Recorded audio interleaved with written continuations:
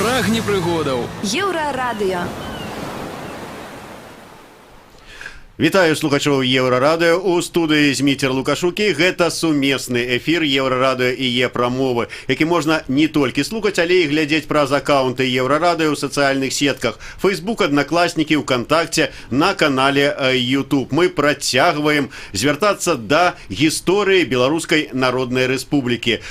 Перад гэтым у нас быў у эфіры гісторык, кандыдат гістарычных навук Владзімір Ляхоўскі, які гістарычнай мовай расказваў нам пра падзеі таго часу, сыпаў лічбамі, звесткамі, прозвішчамі і гэтак далей.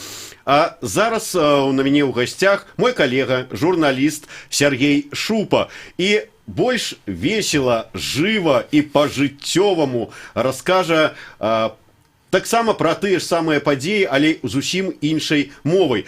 Той мовай, такой мастацкай, якой напісана яго кніга «Падарожжа ў БНР». Дарэчы, сёння прэзентацыя гэтай кнігі, спадар Сергей прэзентуе яе. Хто збіраецца, можа сёння патрапіць. Сёння о 19 гадзіне у культурніцкім інкубатары ОК-16, гэта на вуліцы Кастрычніцкай, будзе гэта прэзентацыя. Хто патрапіць, той атрымае кніжку задарма.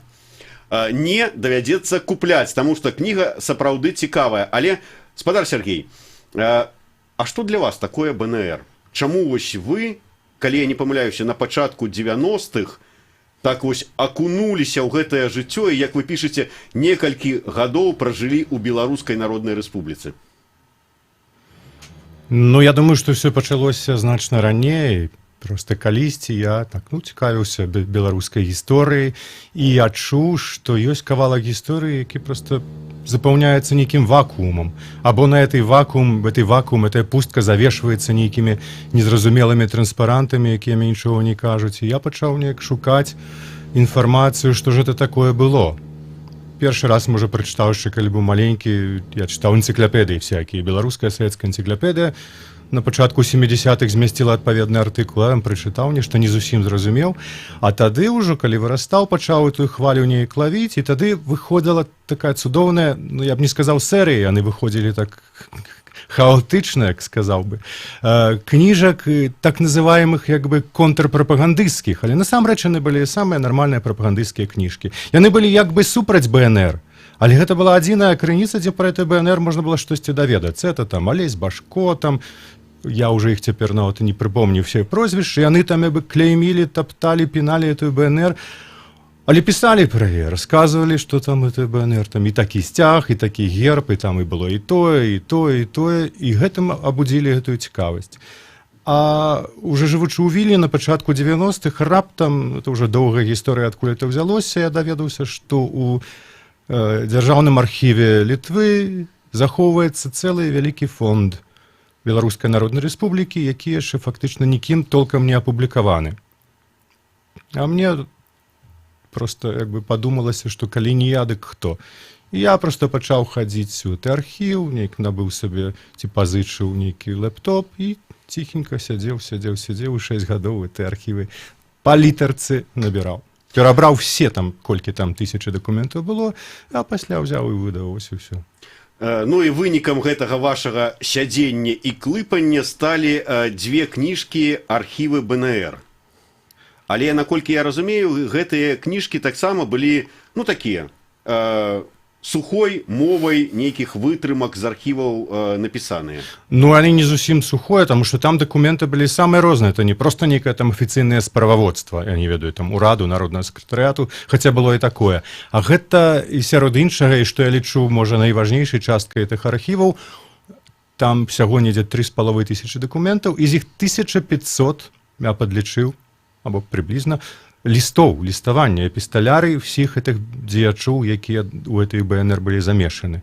І гэта ўжо абсалютна не сухое, не канцылярскае, не там лічбы факты, а просто жывое жыццё са сваім нервам, са сваім драйвам, са сваімі як бы прыхільнасцямі, антыпатыямі. І гэта просто сапраўды матэрыял, які значна цікавейшы і шырэйшы, чым нешта просто чыста такая дакументальная гістарычная літаратура. У гэтых архівах ужо ёсць элемент мастацкасці. Ну, тым не менш, вось я вас цытую. Пасля таго, як вы выдалі гэтыя две кнігі архівы БНР, думалася, ну вось, дакументы назбіраліся, яшчэ выйдзе такі самы том з менскай часткай і пачне з'яўляцца нейкі новы творчы плён, бо матэрыялу для навукі і для літаратуры там дастаткова. Аднак таго, чаго я чакаў, так і не дачакаўся.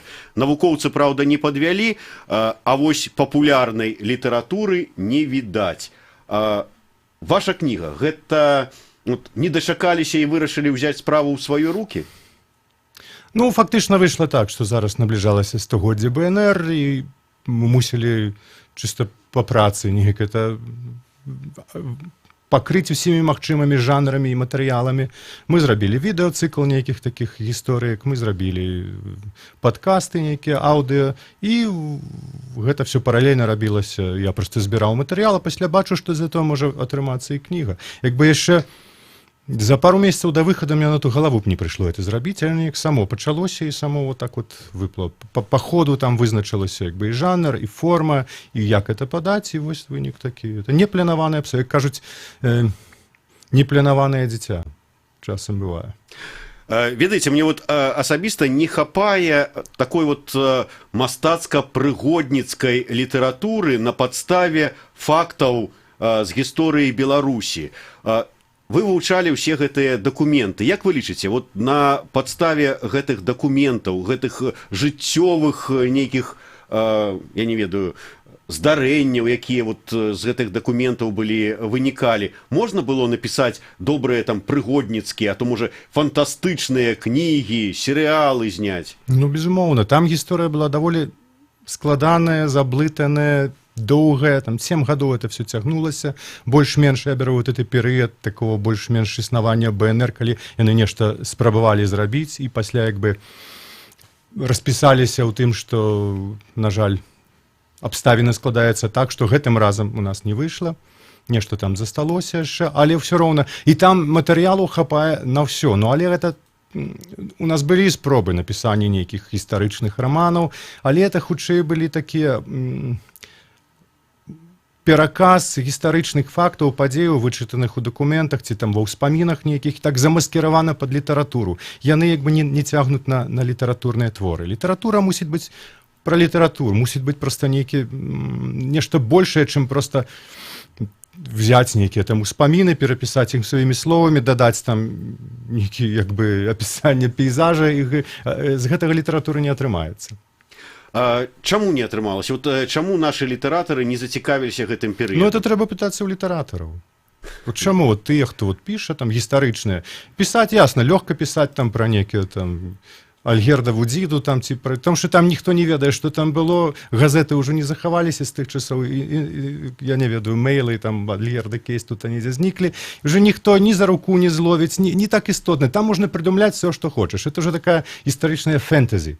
Это цяжка нават ацэніць як бы каштоўнасць этой літаратуры ў сэнсе паказу рэальна вот стварэння таго кантэксту, каб чалавек уяўляў сабе, як выглядала там нашай землі ў якім там 14-15 стагоддзі. Але нават і гэта гістарычная наша раманістыка, яна фактычна так абмяжоўваецца пару прозвішчамі, і то яны не все іх эпохі гістарычныя цікавяць. А вот эту эпоху вельмі багатую на падзеі і вельмі важную для сённяшняга дня. Ну, літаральна па пальцах можна пералічыць пісьменнікаў, якія хоць нешта пра гэта пісалі. Пісалі з абодвух бакоў. Памятаю, Шамякін пісаў там Петраград, Брэст, там ці штосьці такое. Таксама пра гэта. Пачытаўшы вытрымкі з вашай кнігі, мне вот, да прыкладу, вельмі стала цікава. Можа быць, вы, ведаючы дакументы, развееце мае цікавосткі. Вы пішаце пра усебеларускі з'езд, які праходзіў, як мы ўсе ведаем, у снежні 17-го года у Купалаўскім тэатры, ну, памяшканні цяперашняга Купалаўскага тэатра. Колькі тады дэлегатаў з'езду было? Вы хочаце ад мяне Ну, я ведаю, калегі што Ляхоўскага лічбы і факты. Не, я ведаю, што там было больш 1000 дэлегатаў. Мне просто цікава. 1800 і нешта ввогуле, з іх 1100 і нешта з правам голаса. Вот Да, так. 1800 з нечым. Мне просто цікава, як у памяшканні Купалаўскага тэатра сённяшняга 1800 чалавек змясцілася. Яны як бы это з'езд не адразу адчыніўся, не адразу все прыехалі, пасля яны, я не ведаю, яны там, можа, все не ўлазілі. Пасля адбываліся паседжанні ўжо не толькі ў тэатры, а ў нейкіх іншых будынках тут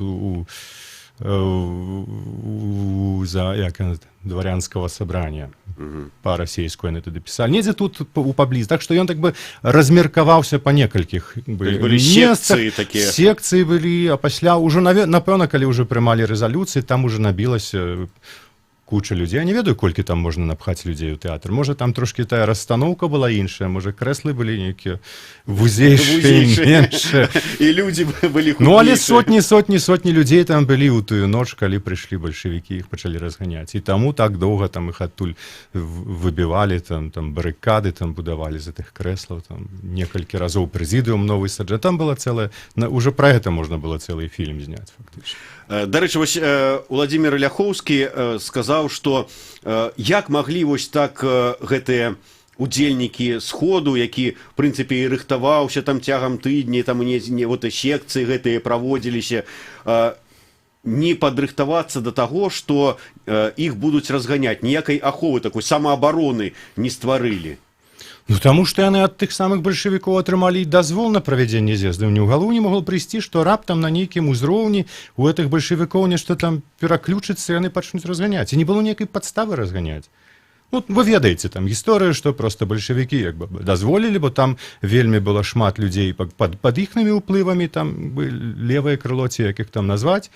І яны як бы спрабавалі праз сваіх як бы людзей уплыву на з'ездзе дамагчыся нейкіх рэзалюцый больш спрыяльных сабе, але з'езд неяк там все цякло сваім чарадом, і неяк пайшло трошки, вот что-то вышло не так. Думалі, што гэта свае. Да, не, вот так мы не дамаўляліся, і взяли, разогнали. Магчыма, нават это было прынята рашэнне тут на месцы мясцовымі этими русацяпамі, якім это все уже не ў нос было, что тут адбываецца. Хоць там нічого такого, першае там нават не ставілі там пункт пра незалежнасць, просто там аўтаномія, нават аўтаномія, іх калаціла слова аўтаноміі. Хоць там былі там абласнікі, там накшталт аўтанамісты, а не. В 17-м годзе Расія дэмакратычная нават, пасля і бальшавіцкая, ні пра якую аўтаномію слухаць не хацела сваіх былых ускраін.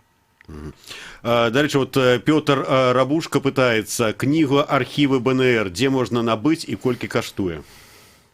Хай запытаецца ў мяне на Facebook, у мяне лёгка на Фейсбуку знайсці, мы там пра это неяк пагаворым. Ну, значыцца, праз спадара Сяргея ўсе кніжныя пытанні можна вырашыць. Гісторыя, пра якую мы з вами ўжо, так сказаць, я з такой радасцю узгадываў, калі вот вы таксама сказалі, калі прэзідыум разганялі, там частку там арыштоўвалі і гэтак далей, у мітусні вакол новага прэзідыума Крывашэйн, гэта адзін з бальшавікоў, кіруючых тут, падыходзіць да прадстаўніцы беларускага абласнога камітэту Зінаіды Юр'евай, грэнадзёрскага выгляду дзяўчыны, і кажа: «Ты, красотка, поедешь со мной в автомобиле». Юр'ева б'е Крывашэйна па твары. Адкуль вот такія падрабязнасці, звесткі? Ну, пра падзеі, якія адбываліся на з'ездзе, некалькі людзей напісалі вельмі маляўнічыя ўспаміны. Самыя такія прыгожыя і фактычна ўжо мастацкая літаратура. Это Краўцоў Макар Косцевіч, аўтар тэксту ваяцкага маршу «Мы выйдзем шчыльнымі радамі». Ён такі хранікёр тых падзеяў. Он напісаў вельмі падрабязны і такі эмацыйны тэкст пра з'езд і такі самы не горшы тэкст пра падзеі ўжо лютага сакавіка 18-го года. І нейкія дэталі взяты адтуль. Яшчэ ёсць некалькі пераказаў той гісторыі. Там ёсць розныя версіі, што яна там страляла, там, ці там, не ведаю, там уже, на жаль, мы не можам дакапацца да нейкіх пратаколаў следства, якіх там, напэўна, не было. Ну, але факт той, што там была, это Зінаіда Юр'ева, якая просто там, хаця яна якраз была з таго левага абласніцкага крыла, бальшавіцкого. Дзякуй вялікі, мы перарвемся на невялічкую паузу. Я нагадаю, у нас у гасцях Сяргей Шупа, аўтар кнігі «Падарожжа ў БНР». З вами працуе Зміцер Лукашук.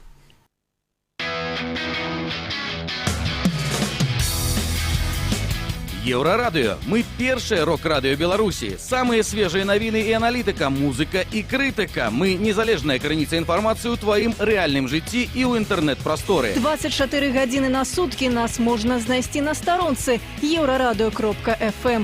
Лаві нас на спадарожніку Астра 4А, 4,8 градусаў на ўсход. Еўрарадыё. Час ведаць, што адбываецца.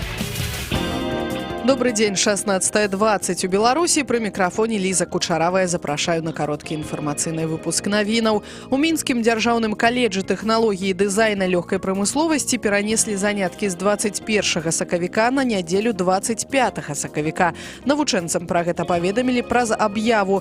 Прычына пераносу заняткаў называецца ўдзел каледжа ў рэспубліканскіх мерапрыемствах. Адміністрацыя каледжа тлумачыць, што перанос заняткаў ніяк не звязаны з днём волі, які прыпадае якраз на нядзелю. Нагадаем, што 25 сакавіка ў цэнтры Мінска ля опернага тэатра ад 13 да 19 гадзіны адбудзецца дазволены ўладамі мітынг і святочны канцэрт да стагоддзя БНР. Александр Лукашенко мяркуе, што ў Беларусі існуе праблема празмернай нагрузкі школьнікаў.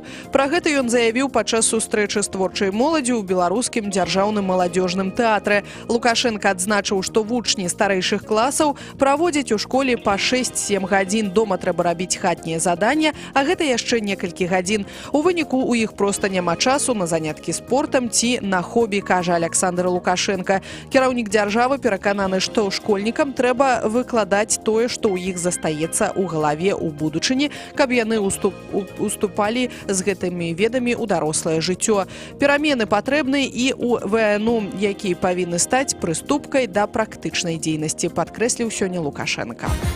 Воблачнае з праясненнямі надвор'я чакаецца ў Беларусі ў сераду 21 сакавіка. Слупок тэрмометра ўначы пакажа -3, -9 градусаў, пры праясненнях 10-12 градусаў марозу. Днём прагназуецца ад -4 да 2 са знакам плюс. Больш інфармацыі запрашаю слухаць, чытаць і глядзець на еўрарадыё.фм. Заставайцеся разам з намі.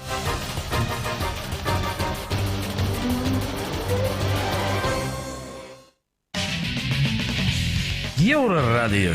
У рытме жыцця, у цэнтры падзей. Вітаю слухачоў Еўрарадыё, студыі Зміцер Лукашук. Гэта сумесны стрым Еўрарадыё і прамовы, які можна і слухаць, і глядзець праз акаунты нашы ў сацыяльных сетках Facebook, Аднакласнікі, ВКонтакце, на канале YouTube. Мой сённяшні госць, аўтар кнігі «Падарожжа ў БНР» Сергей Шупа. Спадар Сергей, мы ўсё тут зацыкліліся на першым усебеларускім з'ездзе, але гэта яшчэ можна, так бы мовіць, нават не пачатак, але яшчэ нават не БНР, таму што тады яшчэ размовы пра яго не было, 17-й год. Давайте крыху пазней. Якія яшчэ такія цікавыя, анекдатычныя, можа быць, нават выпадкі, накшталт гэтай Зінаіды Юр'евай, можна яшчэ прыгадаць, што такое здаралася, што трапіла ў вашу кнігу, на падставе чаго можна яшчэ адзін серыял было б замуціць? Ой, тут такога мора всяго адбывалася, я не ведаю, яшчэ можна вспомніць, таксама это яшчэ пярэдадзень БНР, так як бы перадмова, калі збіралася там выканаўчы камітэт рады з'езду, недзе там на вуліцы Паліцэйскай 2, это недзе сёння ў раёне цырка, і аднойчы там прыйшоў загад всіх арыштаваць, хто там будзе. Улуч нас хлопчыкам Апанасам. І вось эта фраза, ужытая ў Краўцова-Макарова ў ўспамінах, і арыштавалі ўсіх улучна з хлопчыкам Апанасам. А тым часам ёсць у архівах БНР у менскай частцы протакол допыту этого хлопчыка Апанаса. Апанас, быў такі хлопчык Апанас, які там быў такі веставы, там, не ведаю, вястун, пасыльны, не ведаю, там пасылалі па розныя там дробныя справы вырашаць. І яго дапытвалі, бо у гэтым пакоі, дзе засядала это выканаўчы камітэт, там это на кватэры у сядзібе Цэнтральнай беларускай вайсковай рады, нібыта хаваўся скрынка з гранатамі і з чорт ведае якім яшчэ зброяй. І раптам яна знікла. І нібыта хлопчык Апанас пра эту скрынку ведае. І этого хлопчыка трэслі там просто так, каб ён... А ён казаў, я не ведаю. А скрынку, як выявілася, просто вынеслі і у свіслач кінулі каля моста, і магчыма, дагэтуль там ляжыць. І вот эта гісторыя бомбаў, якія пад ложкам скрынка стаяла, на ложку ніхто не спаў, і гэтыя бомбы каля цырка, і хлопчык Апанас, яшчэ. Всякае такое. Мне такія цікавілі рэчы, дзе можна за штосьці зачапіцца, за штосьці жывое, бо хлопчык Апанас ужо не трапіць ні ў якія фактычна манаграфіі, ні ў якія там падручнікі, ні ў якія энцыклапедыі. Але гэта жывая асоба беларускай гісторыі.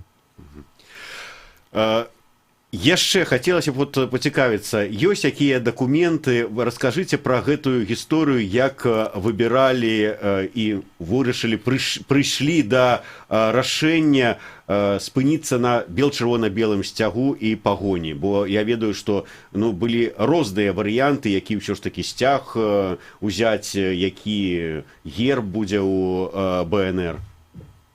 Я не ведаю, у мяне няма пад рукою. Я не чытаў пратаколы паседжанняў рады, якая прымала такое рашэнне, ці народнага сакратарыята канкрэтна, хаця дакументы ўжо ёсць, яны ўжо знойдзены ў Маскве, ціха ляжаць, чакаюць публікацыі. І яно неяк натуральна прыйшло. В сэнсе, у мяне няма канкрэтных звестак, тады, а тады там было галасаванне, там тое. Мы все ведаем, што ўжо ў 17-м годзе існаваў гэты эскіз сцяга, запрапанаваны Кляўдышам Дуждушевскім, нашим архітэктарам і дызайнерам. Там былі розныя варыянты, пра гэта шмат пісалі. Неяк так ён всім спадабаўся, так што ўжо на всебеларускім з'ездзе вось гэты бел-чырвона-белая нейкая колеравая гама была выкарыстаная ў афармленні залы. Там нешта было, такой і сцяг, напісана «Няхай жыве незалежная», можа, тады ж незалежная Беларусь не пісана, няхай жыве штосьці там, Беларусь аўтаномная. І нейкія элементы ўжо ўжываліся, прынамсі мы ведаем, што 21 лютага, калі народны сакратарыят выдаў першую устаўную грамату, ужо над сядзібай народнага сакратарыята гэты бел-чырвона-белы сцяг вісеў. Так што на гэты момант это ўжо было ясна. Явачным парадкам ён там ужо быў. З пагоняй гэта прыйшло там на які месяц пазней, а на першай печатцы народнага сакратарыята, як мы бачым, там граблі, каса і сноп, там, такі, наши левыя сацыялісты, якія там кіравалі парадам, яны так вырашылі. Цяжка сказаць, ці гэта быў афіцыйны герб, ці ввогуле гэта пытанне ўставала, што ёсць афіцыйным дзяржаўным гербам, але прынамсі это была афіцыйная пячатка беларускага ўраду першага. Выглядала так. Недзе праз месяц у красавіку яны, здаецца, ўжо там, калі ўжо папоўнілася рада прадстаўнікамі правых, з Кірмунтам, з кампаніі з Кірмунта, якую на год выкінулі з беларускай палітыкі летам 17-го. Свая даволі забаўная гісторыя. Вось. І на гэты момант ужо нічога пасля гэтага не мянялася. Недзе ад красавіка 18-го года пытанне пра сцяг і герб уже не ўставала, оно было вырашана. Вы ведаеце, вывучалі ўсю гэтую гісторыю Беларускай Народнай Рэспублікі, і, скажем, Уладзімір Ляхоўскі сказаў у нас в эфіры, што крыху зарана абвясцілі незалежнасць 25 сакавіка канкрэтна. Калі б, маўляў, пачакалі да жніўня, калі б паміж бальшавіцкай Расіяй і кайзераўскай Германіяй падпісана была новая дамова ўзгаднення, дацягнулі да жніўня, то магло б усё быць па-іншаму. Вось як вы лічыце, вывучаючы гэтыя дакументы, можа быць, свой аналіз, аналітыку праводзячы, як думаеце, было б нешта па-іншаму? Не ведаю, ці ёсць сэнс разважаць пра гісторыю ў катэгорыях, што было б калі б, але я не бачу ніводнага факту, дзе бы Нямецчына парушыла хоць і нечым пастановы берасцейскага міру. Мне здаецца, што яны бы трымаліся і да канца. У жніўні быў падпісаны там дадатковы пратакол, дзе там яны ўжо мусілі яшчэ раней, чым было дамоўлена ў сакавіку, адысці на нейкую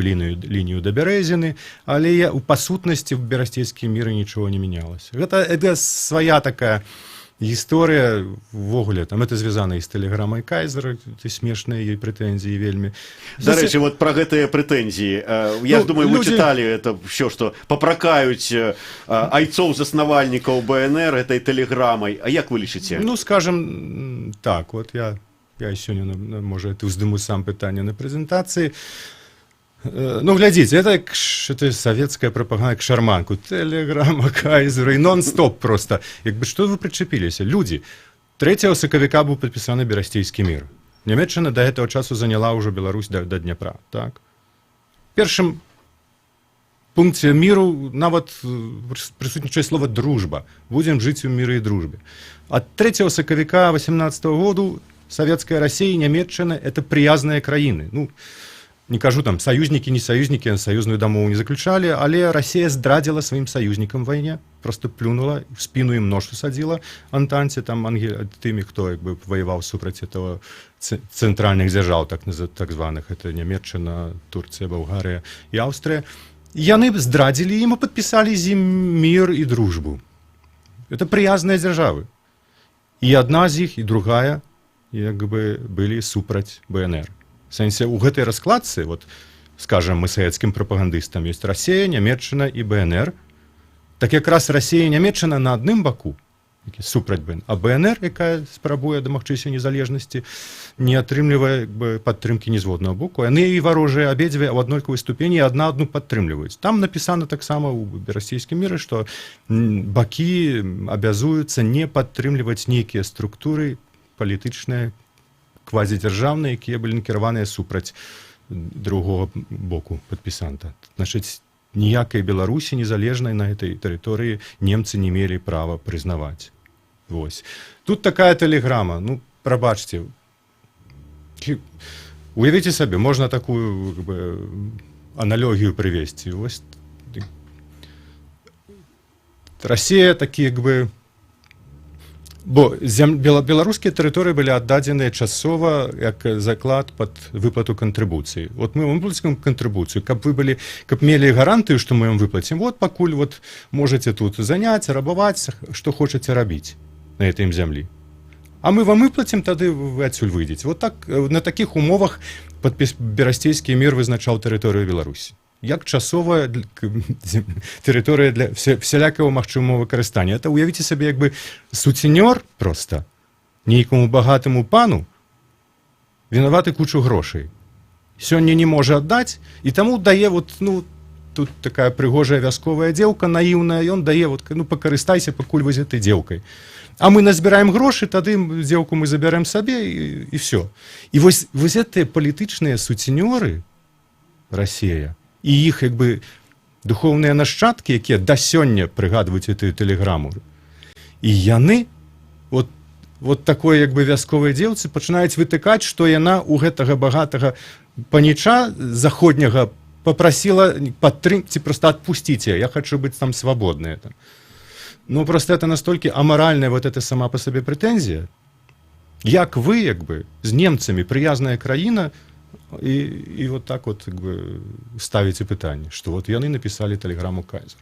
Вот я лічу, что телеграмма Кайзеру была помылка во всех адносінах, але зусім не з тых прычынаў, якія аргументы закіданыя савецкай прапагандай і іх наступнікамі. Потому что яна была наіўнай. Яе фактычна ініцыятарамі былі браты Луцкевіча, якія сядзелі ў Вільні, кантактавалі з немцамі, пісалі так трошки перахвалюючы сябе, мы там як бы мы ўваходзім там in medias res, міжнародныя дыпламаты і палітыкі, зрабіце вось гэта. Яны там пісалі лісты і варонку старшыні народнага сакратарыяту, і гэтым правым на чале са Скірмантам. Зрабіце, а мы тут уже як бы давядзем справу, і немцы нас типа прызнаюць. Немцам было начхаць на это, на БНР, на гэтых левакоў, нейкія там сацыялісты нічого хочуць. А раскол, якія там, што супраць гэтай тэлеграму падпісала там 5-7 чалавек. А все астатнія страшна як бы абурыліся, быў вялікі скандал. Эта тэлеграма раскалола, паклала канец першай палітычнай партыі, беларускай сацыялістычнай грамадзе, якая пасля этого раскалолася на 3 партыі, перасварыліся все, хто мог, і яна нарабіла столькі шкоды унутры беларускага палітыкуму, што яе магчымыя гіпатэтычныя пазітыўныя нейкія аргументы, яны абсалютна нічым не апраўданы. Але глядзіце, вот я просто гляжу звесткі. Антон Луцкевіч 34 гады, Іван Луцкевіч 36 гадоў. Самы старэйшы ўвогуле у народным сакратарыяце гэта Іван Серада, сакратар народнай гаспадаркі, 38 гадоў. Усе астатнія 26, 27, 25, 29. Можа, ім просто вопыту, досведу не хапіла? Ну, безумоўна. Ну, хаця тады як бы увогуле палітычны ўзрост палітыкаў у сярэднім быў там, ну, всякие там, мы ведаем, хто там палком камандаваў, 16, хто што. Я думаю, яны все былі так на 5-10 гадоў маладзейшыя, чым сённяшнія палітыкі, напэўна. Сёння людзі і даўжэй жывуць. Вядома, у іх не было ні досведу, ні... Увогуле, калі взяць эту так называемую беларускую справу, рэальны ахоп масаў, мабыць, трымаўся на ўзроўні вось гэтых 0,5%, колькі дамаглася беларуская сацыялістычная грамада на выбарах в устаноўчы сход расійскі. Ну, ясна, там яшчэ былі салдаты, якія таксама галасавалі на правах мясцовых. Але ўсё роўна вось гэты ахоп масы беларускай ідэі, напэўна, не перавышаў, мабыць, тыражу нашай Нівы, той даваеннай, або, там, скажем, вольнай Беларусі у часу 17-18 года. Вось, і все гэта было, вся гэтая беларускі праект, ён быў вельмі моцна на вырост. Я не ведаю, ці гэта Володя Ляхоўскі меў на ўвазе, што вельмі рана, трэба было яшчэ падаспець. Я не думаю, што там нямецкае стаўленне бы моцна змянілася. Але проста трошкі зарана пачалася гэтая вайна, трошку зарана абвалілася гэтая вся Расія, трошку зарана гэтая рэвалюцыя адбылася. Не хапіла, можа быць, 5-10 гадоў нейкага такой эвалюцыі, эвалюцыйнага развіцця. Вот пачалася там, в 1905 годзе дазволілі нарэшце па-беларуску друк. Вот яшчэ 10 гадоў, магчыма, там тых перыёдыкаў было больш, і яны бы ўсе пакрылі там флангі палітычнага поля. А так проста эта ідэя толькі пачалася, яшчэ не паспела пашырыцца. А тут уже трэба было тэрмінова абвяшчаць незалежнасць, таму што проста спознішся, таму што разбяруць твою тэрыторыю все. Ну і на вырост абвясцілі. І эта ідэя пасля як бы даганяла, і на ўздагон это все было. Так, я думаю, было ў 91-м годзе. Мы ведаем такія вот про тое, што у лідараў Беларускай Народнай Рэспублікі былі там нейкія палітычныя разыходжанні, адны выступалі за тое, другія за гэта. А мне цікава, вот, а ці знайшлі, можа быць, вы часам якую-нибудь жыццёвую гісторыю, якая б тлумачыла разыходжанне там ці нелюбоў там аднаго, скажем так, палітыка да другога, можа там адзін у другога жонку увёў, там ці яшчэ там што-нибудь такое, вот такой любоўны трохкутнік які-небудзь. Не, ну там всякіх было там, але гэтыя разыходжанні былі, ну, напрыклад, мае улюбёныя героі это Антон Луцкевіч і Вацлаў Ластоўскі, якія адзін аднаго не пераносілі проста, але для мяне вот яны як бы пакрываюць і ўсё астатняе. І у іх было Луцкевіч быў такі інтэлектуал, інтэлігент, адукаваны з універсітэцкай адукацыяй, а Ластоўскі быў такі як бы самавук, такі як бы які проста вельмі нашмат прэтэндаваў, шмат хацеў, і вот все рабіў вот так вот неяк як бы трошку па-кустарнаму, але геніяльна па-свойму. І вот Луцкевічу это страшна не падабалася, ён хацеў проста у братоў Луцкевічу перахапіць нейкую ініцыятыву у нейкіх там даследаванні беларускай гісторыі, у збіранні нейкай беларускай старасветчыны, рабіў это все. І вот на гэтай глебе ўзнікла вялікае супрацьстаянне, варажнеча і нават, можа, і ненавісць у нейкім сэнсе. Што нашкодзіла беларускай справе? Больш падрабязна пра сваю кнігу «Падарожжа ў БНР» спадар Сергей Шупа раскажа сёння падчас прэзентацыі кнігі, якая адбудзецца на Кастрычніцкай 16 у прастора ОК-16. Калі ласка, думаю, будзе цікава. Там можете задаць пытанні спадару Сергею, а мы завяршаем нашу праграму. У студыі для вас працаваў Зміцер Лукашук. Гэта быў сумесны стрым Еўрарадыё і Е-прамова. Дзякуй, спадар Сергей. Дзякуй вам. Еўрарадыё. Моц настрою.